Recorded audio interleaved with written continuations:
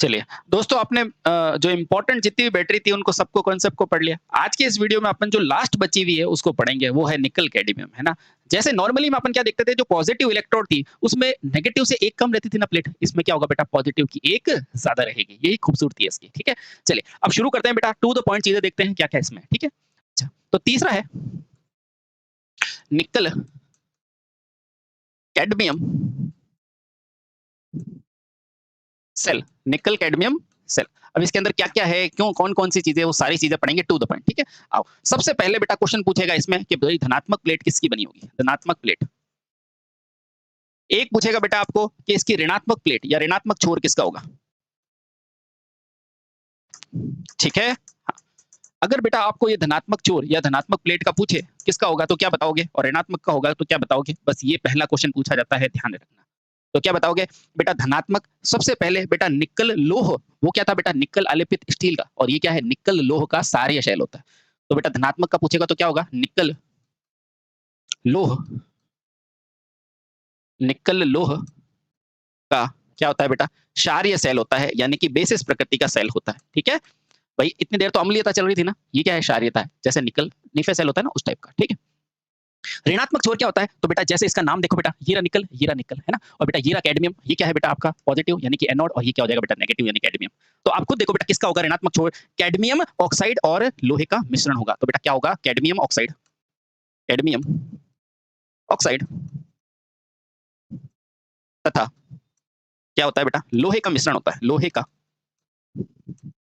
मिश्रण होता है। बोलो क्लियर? बिल्कुल क्लियर। एक सर आपसे पूछा जाता है कि इसके अंदर विशेष बात क्या होती है? तो बेटा पहले तो इसका लिखो विद्युत वाहक बल। तो लिखना बेटा इस सेल का विद्युत वाहक बल कितना होता है? तो 1.1 से 1.5 वोल्ट तक होता है। इस सेल का विद्युत वाहक बल बल कितना होता है बेटा? 1.2 से 1.5 वोल्ट होता है। ठीक है? हाँ, इसको और थोड़ा क्लेरिफाई करें तो बेटा ध्यान रखना, यह सेल बेटा क्या होती है? महँगी होती है। इसका जो मेडिकल युक्तियाँ हैं, इमरजेंसी लाइट वगैरह में इसका यूज़ करते हैं। तो लिखना बेटा, यह अपेक्षाकृत सबसे महँगी होती है। यह महँगी युक्ति है। इसका प्रयोग, और युक्ति बेटा क्या होती है? जो स्थिर होती है। याद है ना? हाँ, इसका प्रयोग भी कहाँ करोगे बेटा? मेडिकल डिवाइस में। मेडिकल डिवाइस में। और किस में करोगे? बेटा मेडिकल डिवाइस के अलावा इसका प्रयोग कहाँ करोगे? तो इमरजेंसी लाइट के अंदर। इमरजेंसी लाइट्स में उसका उपयोग करते हैं।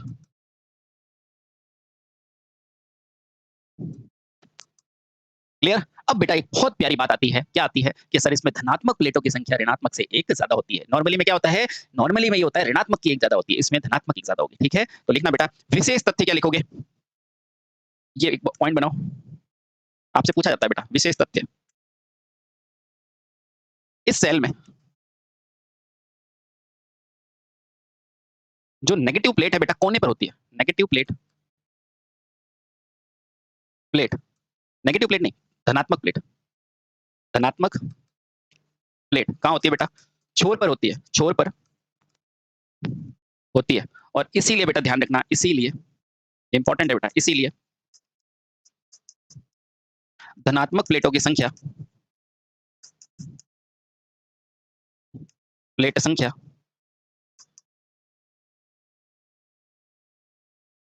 क्या होती है बेटा? ऋणात्मक से 1 ज़्यादा होती है। ऋणात्मक नॉर्मली तो उल्टा होता था ना? हाँ, ऋणात्मक से 1 ज़्यादा, 1 अधिक होती है। होती है। बोलो ठीक है? बिल्कुल ठीक है। ये एक विशेष बात है बेटा, ध्यान रखना। नॉर्मली बेटा लेड एसिड पे पूछेगा आपको, यहाँ क्वेश्चन ध्यान रखना, फिर से कह रहा हूँ बेटा क्वेश्चन ध्यान रखना, लेड एसिड में नेगेटिव प्लेट पॉजिटिव से 1 ज़्यादा होती है, लेकिन ध्यान रखना बेटा ये जो निकल है ना, निकल कैडमियम, इसके लिए बेटा आपको क्वेश्चन पूछेगा तो ध्यान रखना बेटा इसमें पॉजिटिव प्लेट जो होती है वो नेगेटिव से क्या होती है बेटा? 1 ज़्यादा होती है। ये दोनों चीज़ें बेटा डिफरेंस है, ध्यान रखना, ठीक है? ये क्या है बेटा? नेगेटिव वाली प्लेट पॉजिटिव से 1 ज़्यादा है, और बेटा पॉजिटिव वाली नेगेटिव से 1 ज़्यादा है। ये दोनों पॉइंट मोस्ट इंपोर्टेंट है, ध्यान रखना।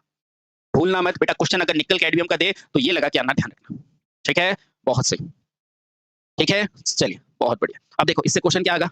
अगर मान लो ये क्वेश्चन आ गया कि यदि एक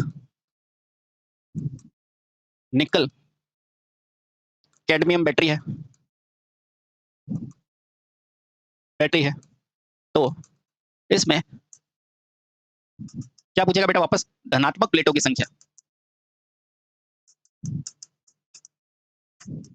होगी। तो बेटा कैसे उत्तर दोगे? आप क्या जानते हो? सर हम ये जानते हैं कि निकल कैडमियम में जो धनात्मक प्लेट होती है उसकी संख्या क्या होती है बेटा? ऋणात्मक प्लेट से एक ज्यादा होती है। ऋणात्मक प्लेट +1 होती है ना? हाँ। तो सबसे पहले कि मान लो बेटा, अच्छा लिखा नहीं क्या? यदि एक निकल कैडमियम बैटरी में 29 प्लेट है, कितनी है बेटा? 29 प्लेट है। तो इसमें धनात्मक की संख्या सबसे पहले बेटा प्लेटें कितनी है? 29। अब सबसे पहले बेटा क्या करो, 29 में से 1 घटाओ तो कितना हुआ बेटा? 28 हुआ कि नहीं? 28। अब 28 को बेटा दोनों जगह बांट दो, यानी कि 28 में क्या होगी बेटा? धनात्मक प्लेट भी होगी और बेटा क्या होगी? ऋणात्मक, है ना? अब बताओ 28 का आधा क्या होता है? तो बोलोगे बेटा 14 तो होगी इसमें धनात्मक और 14 ही होगी ऋणात्मक, और 14 कितनी होगी बेटा? 28। और आपको पता है बेटा एक क्या होती है? एक हमेशा ज्यादा होती है, कौन सी? धनात्मक। तो बेटा इसमें 1 जोड़ दो तो आंसर कितना आ जाएगा बेटा? इसके अंदर होगी आपकी 15 धनात्मक प्लेटें। आंसर कितना हो जाएगा बेटा? 15 धनात्मक प्लेटें। आंसर कितना हो जाएगा? 15। बेटा ऐसे क्वेश्चन के अंदर सतर्क रहना, अगर थोड़ा सा भी चेंज करके यहाँ पे लेड एसिड बोल दिया तो आंसर उल्टा हो जाएगा। ठीक है, बहुत बढ़िया। ठीक ठीक है। अब सर इसकी रासायनिक अभिक्रिया कैसी होगी? तो बेटा सेम टू सेम किसकी जैसी होगी? निकल आयरन जैसी होगी। थोड़ा सा लिख देते हैं, ठीक है। तो अगला है बेटा रासायनिक अभिक्रिया। रासायनिक अभिक्रिया, ठीक है। तो पहली लाइन तो लिखो बेटा, इसकी रासायनिक अभिक्रिया।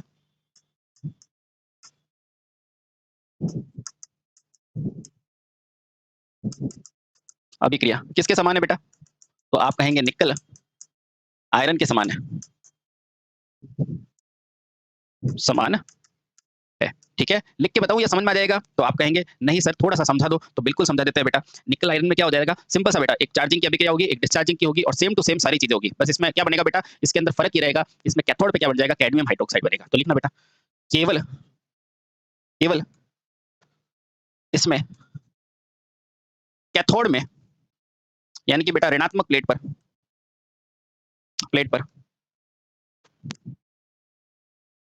क्या होता है बेटा?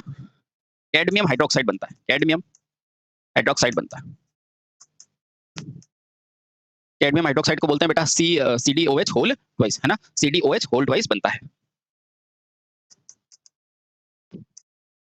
ठीक है, तो सर इसमें एनोड पे क्या बनेगा? एनोड पे वही निकल हाइड्रोक्साइड बनेगा, है ना? ठीक है, और एनोड पे बेटा सेम टू सेम बनेगा निकल हाइड्रो ऑक्साइड। बोलो कोई दिक्कत आई क्या? तो बेटा यही क्या है? यही आपका क्या है जो बचा हुआ निकल कैडमियम है। आपको ध्यान क्या रखना है, इसमें कैथोड पे बेटा वहां पे क्या बन रहा था? Iron hydroxide. यहाँ क्या बनेगा? निकल हाइड्रोक्साइड, नहीं कैडमियम हाइड्रोक्साइड। ठीक है, बस ये आपकी बेटा बैटरी खत्म। ठीक है, अब इसके अंदर जो इंपॉर्टेंट है अपेक्षित आर्द्रता वाला थोड़ा सा टॉपिक, उसकी मैं टेबल बनाऊंगा, ठीक है, बाद में। उससे पहले समझते बेटा सेलों का संयोजन। आपने पढ़ा है ना बेटा, सेलों को समानांतर में संयोजित करते हैं और उसमें करते हैं ना। तो थोड़ा सा बेटा उसको थोड़ा ओवरव्यू ले लेते हैं कि समांतर क्रम में कैसे संयोजित होती है और श्रेणी क्रम में कैसे संयोजित होती है। ठीक है, तो आ जाओ, बहुत आसान है बेटा, बहुत आसान। तो लिखो बेटा सेलों का संयोजन। अगला टॉपिक क्या है? सेलों का संयोजन। सेलों का संयोजन, है ना? यानी कि सेलों को जोड़ना भी तो पड़ेगा ना। अब सबसे पहले पूछेगा बेटा सेलों का संयोजन होता क्यों है? तो लिखना बेटा बैटरी निर्माण के लिए, बैटरी निर्माण के लिए क्या किया जाता है बेटा? सेलों का संयोजन किया जाता है। संयोजन का मतलब बेटा जोड़ा जाता है, जोड़ा, संयोजन किया जाता है। ठीक है, आपको पता है ना बेटा सीरीज में जैसे सारी बैटरी लगाते क्या होता है समांतर में, वो सब पढ़ेंगे। ठीक है, बहुत बढ़िया। ठीक है, क्यों? क्योंकि बेटा सेलों को समानांतर या श्रेणी के जोड़कर क्या बनाते हैं बेटा? बैटरी बनाते हैं। ठीक है, अब लिखना बेटा यह संयोजन श्रेणी तथा समांतर प्रकार का होता है, प्रकार का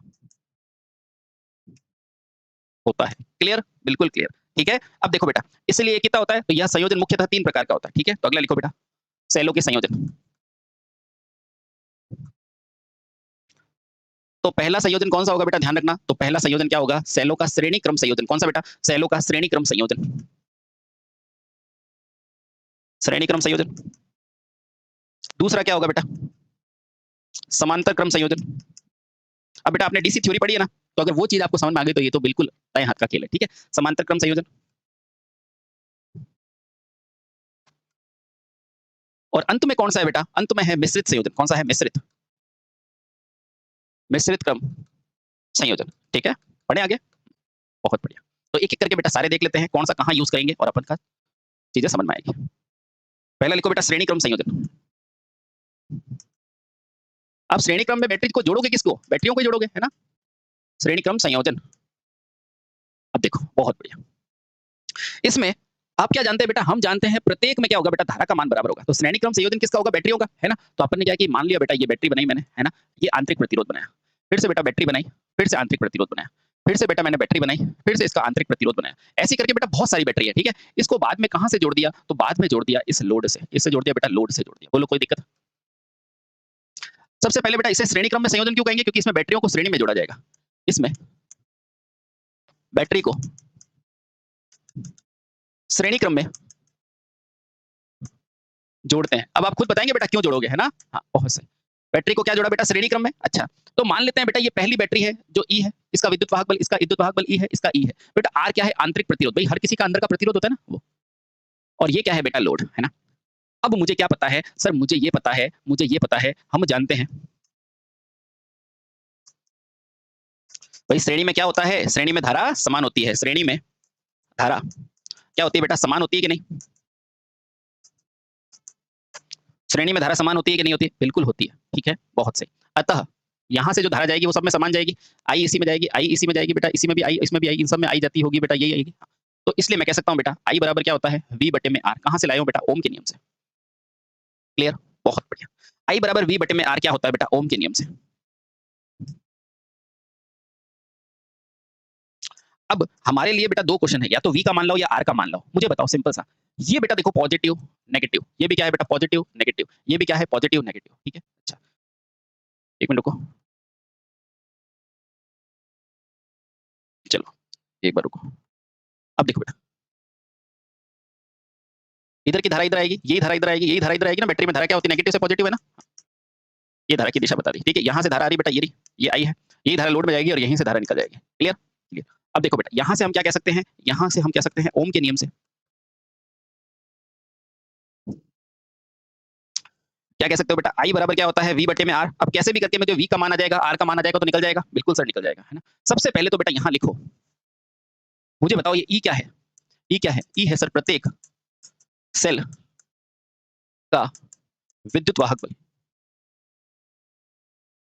बल, ठीक है? मुझे कहोगे बेटा ये आर क्या है? तो आप क्या कहोगे? आर है प्रत्येक सेल का आंतरिक प्रतिरोध, यानी कि बेटा खुद का प्रतिरोध, है ना? जो खपत करेगा, ठीक है? आंतरिक प्रतिरोध, ठीक है?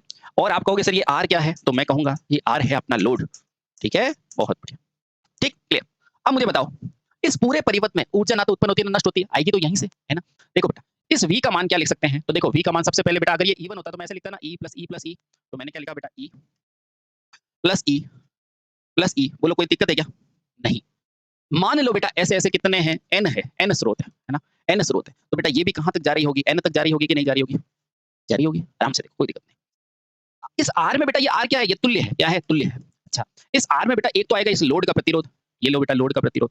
अब मुझे बताओ क्या ये R, ये R, ये R, ये सब श्रेणी क्रम में है कि नहीं है? है। और श्रेणी क्रम में बेटा जब मैंने प्रतिरोध पढ़ाया था तो क्या बोला था? श्रेणी क्रम में सारे प्रतिरोध जुड़ जाते हैं, यानी कि R plus R plus R। बेटा कितने R आएंगे? तो आप कहोगे N आएंगे। आएंगे, आराम से देखो, आराम से। यहाँ से थोड़ा और मैं लिखता हूँ तो बेटा V तो E तो मेरा आएगा, और ऐसे ऐसे कितने आएंगे? मान लो 1 रुपया, 2 रुपया, 3 रुपया, तो बेटा N है तो N रुपया हो जाएगा, है ना? तो ये हो जाएगा बेटा NE। बोलो कोई दिक्कत है क्या?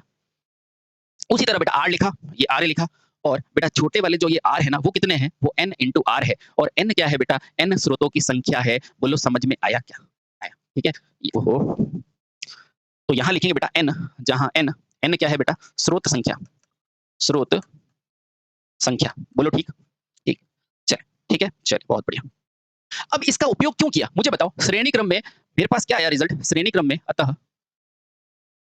बेटा यहाँ पे मेरे पास ऑप्शन क्या आया कि E बराबर मेरे पास क्या आ गया? N इंटू में E, यानी कि धारा जो है बेटा वो क्या होगी बेटा? NE बटे में R प्लस NR। यही हुई, हुई क्या नहीं? सच बताना, यही हुई। बहुत बढ़िया। इसके साथ बेटा मैं NE को अगर लिखना चाहूँ तो ये NE बराबर इसको उधर भेजो तो I इंटू में क्या हो जाएगा बेटा? R plus N into R हुआ। कुछ नहीं बेटा, वज्र गुणा किया है ना? हुआ कि नहीं? हुआ कि नहीं? मुझे बताओ श्रेणी क्रम में मेरे EMF का मान मेरा पहले कितना था? E है। श्रेणी क्रम में EMF का मान बढ़ा कि नहीं बढ़ा? आप कहोगे बिल्कुल सर EMF का मान बढ़ गया। ये रहा EMF, ये N टाइम हो गया, N गुना हो गया, है ना? अब देखो यहाँ इंपॉर्टेंट है, क्योंकि बैटरी को श्रेणी क्रम में लगाया है, इससे बैटरी का क्या हो गया बेटा, कुल विद्युत वाहक क्या हो गया बेटा, विद्युत वाहक बल बढ़ जाता है। ठीक है, बस शर्त क्या है बेटा, ध्रुवता समान रहनी चाहिए। ठीक है, हाँ। अतः बेटा यहां से इंपॉर्टेंट है, अतः श्रेणी क्रम में का प्रयोग बेटा क्या है, ईएमएफ बढ़ाने के लिए करते हैं, ईएमएफ बढ़ाने के लिए करते हैं। अब बेटा यहां से एक दो क्वेश्चन आते हैं, वो मैं आपको करा देता हूं, देखो।